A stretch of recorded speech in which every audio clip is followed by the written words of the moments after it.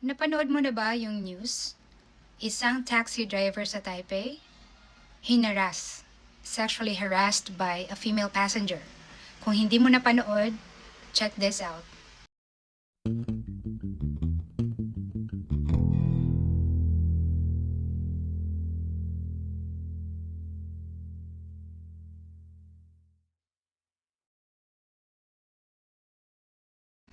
Alam niyo, tinry ko pang chinek kung totoo o hindi eh. Akala ko prank lang or maybe AI lang. Tapos, nabasa ko yung comments, dun ako na-disappoint. Kasi wala talagang seryoso halos yung comments dun. Kung babalik rin natin, kung babae yung driver tapos lalaki yun ang haras, I'm sure marami ng hindi magandang salita yung nasa comments. Diyan papasok yung injustice talaga sa atin towards the male gender. Naalala ko tuloy yung story ni Joseph. Diba tinangkaan din siya ng asawa ng amo niya? Pero hindi siya nagpadala sa temptation. And then, nagalit yung asawa, pinagbintangan siya natuloy yung nakulong. So, sa lahat mga drivers dyan, babae man or lalaki, dapat meron din kayong camera, hindi lang sa labas ng sasakyan, pati na sa loob. Baka mamaya mangyari itong mga ganitong harassment sa loob ng sasakyan, at least meron kayong ebidensya. Kung opinion ko lang talaga ang masusunod, dapat talaga yung babae nasa bilangguan na. Kasi caught in the act na, talagang kitang-kita sa video kung ano yung ginawa niya. Nag-message siya sa driver, tapos sasabihin niya, sorry, okay na yun? What if yung driver nabangga dahil sa nangyari? Tapos yung nakita ng mga pulis nakahubad yung babae.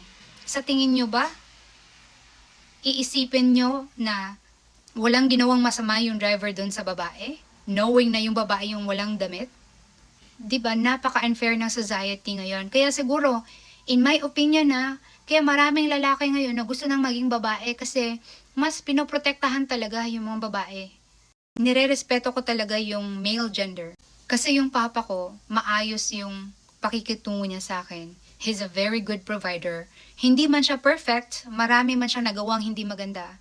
Pero para sa akin, nung nabubuhay pa yung papa ko, marami siyang nagawa para sa akin na nagbigay sa akin ng rason na hindi lahat ng lalaki masama. Na dapat respetuhin yung mga lalaki. And dapat bigyan ng chance yung mga lalaki na magkaroon ng para magpakalalaki.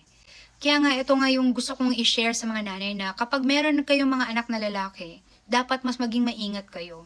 Dapat huwag kayong bias. Dapat turuan nyo silang maging mabuting anak na lalaki at maging mabuting asawa in the future. I hope hindi nyo gawing kakatawanan to. I hope this will be an awakening sa lahat na huwag tayong bias. Yung mga lalaki, pwede din silang maabuso. Yung mga lalaki, pwede din silang masaktan. At sa nangyari sa Taipei, napakalaking kasalanan nun kapag may nangyaring masama or pag nabangga sila dahil sa ginawa ng babaeng yun. At para sa mga babaeng mga ganito yung inaasal, ang dapat sa inyo, sa bilangguan. Kasi dinadamay nyo yung mga maaayos na mga kababaihan.